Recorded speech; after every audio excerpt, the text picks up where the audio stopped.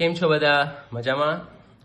તો આજે હું તમારી સામે એક વાર્તા નહીં પણ એક લાઈવ વાર્તા રજૂ કરવા જઈ રહ્યો છું કે જેમાં બધું જ લાઈવ છે અને એમાંથી શીખવાનું પણ ઘણું ખરું છે જો તમે શીખો તો.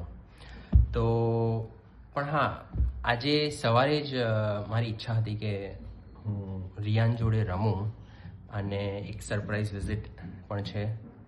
Riyan says hi to everyone.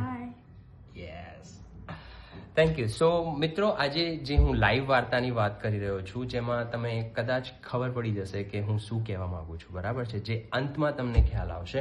તો આજે મેં મસ્ત સરસ મજાની 2 બુક્સ ઓર્ડર કરી હતી. તો એક છે the richest main on the બેબીલોન અને બીજી છે ડોપામાઇન. તો આ 2 બુક્સ મારે આવતીકાલે રવિવારે વાંચવાની છે. એના સિવાય આજે મને સવારે રિયાને કીધું કે પપ્પા આજે મારી જોડે થોડું રમો. તો હું એની જોડે આજે થોડા પ્લે કાર્ડ્સ લઈને બેઠો છું. તો અમે આજે થોડા કાર્ડ્સ રમવાના છીએ અને પ્લસ અમે થોડા 2-3 મ્યુઝિકલ ઇન્સ્ટ્રુમેન્ટ પણ વગાડવાના છીએ, જેમાં રિયાન ખૂબ જ સરસ એક ઢોલ લઈને આવ્યો છે. એમાં એને ખૂબ જ સરસ મજાનું વગાડે છે. અને બીજું છે કે મારી જોડે એક બીજું પણ ઇન્સ્ટ્રુમેન્ટ છે જે ગિટાર, બરાબર છે.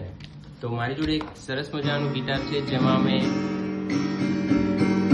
હું ને રિયાન પ્રેક્ટિસ પણ કરવાના છીએ થોડી ઘણી અને થોડું શીખી લઈશું.